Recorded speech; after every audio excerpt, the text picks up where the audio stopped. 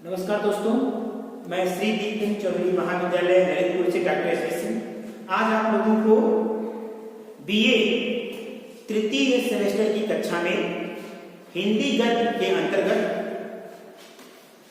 Doctor Ram Kumar Verma द्वारा रचित प्रसिद्ध एकांकी दीपदान एकांकी की कथा वस्तु या कथा सार बताने जा रहा हूं।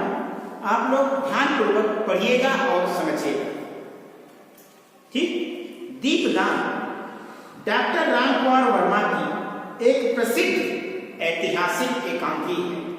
कौन सी एकांकी है? प्रसिद्ध ऐतिहासिक एकांकी है। वे हिंदी एकांकी के जनक माने जाते हैं, अर्थात एकांकी सम्राट के नाम से हिंदी साहित्य में प्रसिद्ध है। डॉक्टर राम कुमार वर्मा को एकांकी सम्राट या एकांकी का जनक माना जाता है तथा हिंदी साहित्य में एकांकी सम्राट के रूप में जाने जाते हैं या प्रसिद्ध। दीपदान जिसे हम दीपोत्सव भी कह सकते हैं। ठीक, दीपदान एकांकी की कथा सार या कथा वस्तु संक्षेप में इस प्रकार है। ठीक, आइए देखते हैं दीपदान एकांकी की कथा वस्तु या कथा सार। दीपदान एकांकी की कथा चित्तौड़ की एक घटना पर आधारित है। चित्तौड़ जो राजस्थान में पड़ता है ना, चित्तौड़ की एक ऐतिहासिक घटना पर आधारित है जिसमें राजपूताना के त्याग बलिदान एवं देश प्रेम के इतिहास का चित्रण किया गया है तथा त्याग बलिदान देशभक्ति और कर्तव्य निष्ठा की आदर्शमयी वेगवती धारा इस एकांकी में निरंतर चलती रहती है, निरंतर प्रवाहित होती रहती है। चित्तौड़गढ़ के महाराज संग्राम सिंह की मृत्यु के बाद चित्तौड़गढ़ के वास्तविक उत्तराधिकारी का प्रश्न उठता है कि चित्तौड़गढ़ का वास्तविक उत्तराधिकारी किसको बनाया जाए, जो वास्तव में राणा सांगा के छोटे पुत्र कुंवर उदय सिंह थे, परंतु कुंवर उदय सिंह के अल्प वयस्क मतलब छोटी आयु होने के कारण राणा सांगा के छोटे भाई पृथ्वी सिंह के दासी पुत्र और राणा सांगा के छोटे भाई पृथ्वी सिंह के दासी पुत्र बनवीर को उदय सिंह के संरक्षक के रूप में चित्तौड़गढ़ की गद्दी सौंप दी जाती है, अर्थात राजा बना दिया जाता है। बनवीर बड़ा महत्वाकांक्षी एवं दुष्ट प्रवृत्ति का व्यक्ति था। वह चित्तौड़गढ़ पर निरंकुश राज्य करना चाहता था। निरंकुश मतलब जिस पर किसी प्रकार का अंकुश न हो। अतः वह मयूर पक्ष कुंड में असमय ही षड्यंत्र के तहत दीपदान उत्सव का आयोजन कर उदय सिंह की हत्या की योजना बनाता है। कुंवर उदय सिंह की संरक्षिका पन्नाधार बनवीर की कुटिल एवं दुष्ट प्रवृत्ति से भली भांति परिचित थी। अतः वह स्त्री को भांप कर सोचकर उदय सिंह को उत्सव में जाने से मना कर देती। कुंवर उदय सिंह पन्ना से दीपदान में उत्सव में जाने की जिद करते हैं और अंततः रुककर बिन कुछ खाए पिए और बिन बताए भूमि पर सो जाते हैं।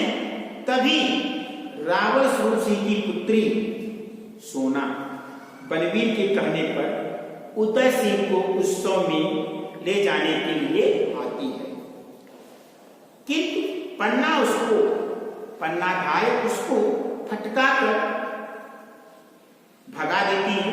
वह सोना से स्पष्ट रूप में कहती है कि चित्तौड़गढ़ रास रंग की भूमि नहीं है, जौहर की भूमि है, युद्धों की भी भूमि है। यहां आग की लपटें नाचती हैं, सोना जैसी रावल की लड़कियां नहीं। ये किसका कथन है? पन्ना का। किससे कह रही है? सोना से। इसके बाद पन्ना का पुत्र चंदन आता है और कुंवर जी के विषय में पूछता है और पन्ना से अपनी माला ठीक करने के लिए कहता है। तभी बाहर से घबराई हुई सेविका सांवली आती है और पन्ना को महाराणा विक्रमादित्य की हत्या की सूचना देती है। महाराणा विक्रमादित्य की सूचना देती है। सांवली पन्ना को बताती है कि बलवीर को कहते सुना है कि कुंवर उदय सिंह को भी जीवित नहीं छोड़ेगा। उसका अगला लक्ष्य कुंवर उदय सिंह है और उदय सिंह की रक्षा करनी चाहिए। पन्ना कुंवर उदय सिंह की रक्षा के लिए प्राणों की बाजी लगा देती है, प्राणपण से तैयार हो जाती है तथा रक्षा का उपाय सोचते हुए कुंभलगढ़ भाग जाने को कहती है। तब सांवली महल को सैनिकों द्वारा घेरे जाने के विषय में बताती है। इसी समय किरतबारी देशभक्त था, अतः पन्ना उसे विश्वास में लेकर समस्त घटनाक्रम को समझाती है। साथ ही उदय सिंह की रक्षा हेतु उन्हें जूठी पत्तलों की टोकरी में लिटाकर ऊपर से जूठे पत्तलों से ढककर उदय सिंह को राजमहल से बाहर निकाल ले जाने की रणनीति बनाती है, योजना बनाती। किरतबाड़ी टोकरी में उदय सिंह को सुलाकर तथा जूठी पत्तलों से ढककर महल से बाहर ले जाता है। पन्ना उदय सिंह के स्थान पर अपने पुत्र चंदन को उसकी सैया पर सुला देने के बाद पन्नाधार का मातृदल भावी अनिष्ट की आशंका से व्याकुल होकर रोने लगता है। कुछ देर बाद मदिरा के नशे में चूर होकर, शराब के नशे में मदोन्मत्त होकर बलवीर हाथ में विक्रमादित्य के खून से सनी नंगी तलवार लेकर आता है और उदय सिंह के बारे में पूछता है। पन्ना को उसका इरादा पता चलता है तो वह बलवीर से उदय सिंह के प्राणों की भीख मांगती है, प्राणों की रक्षा मांगती है। क्रूर बलवीर पन्ना को उदय सिंह के बदले जागीर देने का लालच देता है, हाथ प्रलोभन देता है, किंतु पन्ना इस प्रस्ताव को ठुकराते हुए उस पर कटार से तलवार से प्रहार करती है और अपने कर्तव्य पर अडिग एवं दृढ़ रहती है और बलवीर को फटकारती हुए कहती है, क्या कहती है? राजपूतानी व्यापार नहीं करती महाराज,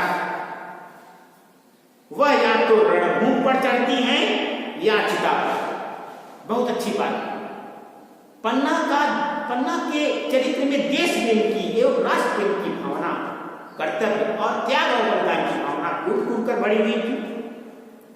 ठीक, बलवीर क्रोधित होते हुए कटार छीन लेता है और आगे बढ़कर सैया पर सोते हुए चंदन सिंह को उदय सिंह समझकर तलवार से प्रहार करके पन्ना की आंखों के आगे ही चंदन सिंह को मौत के घाट उतार देता है। पन्ना चीख कर चिल्लाकर रोकर बेहोश हो जाती है। इस प्रकार पन्नाधार अपने अभूतपूर्व त्याग, कर्तव्य पालन एवं बलिदान द्वारा अपने राजा के पुत्र के प्राणों की रक्षा करती है। इसी के साथ एकांकी समाप्त हो जाती है, इसी के साथ एकांकी का समापन हो जाता है। ठीक, एकांकी का कथासार ऐतिहासिक है। इसमें एकांकी का डॉक्टर राम कुमार वर्मा ने राजपूतानों की गौरवपूर्ण घटना को कथानक का आधार बनाया। राजपूतों में देशभक्ति, राष्ट्रभक्ति हेतु एक से बढ़कर एक बलिदान को देते हुए देखकर डॉक्टर रामकुमार वर्मा का हृदय द्रवित हो जाता है। स्वार्थ लिप्सा व्यक्ति को अधम से अधम कार्य करने के लिए विवश करती है। इसका प्रमाण बलवीर है, जिसने स्वार्थ पूर्ति हेतु न केवल महाराणा विक्रमादित्य की हत्या की, बल्कि 14 वर्षीय बालक कुंवर उदय सिंह के धोखे में पन्ना राय के पुत्र चंदन की हत्या कर जो निरपराधी था। ठीक है ना? ठीक है, आज के लिए इतना ही बच्चों। ठीक है, उम्मीद करता हूं कि मैंने आपको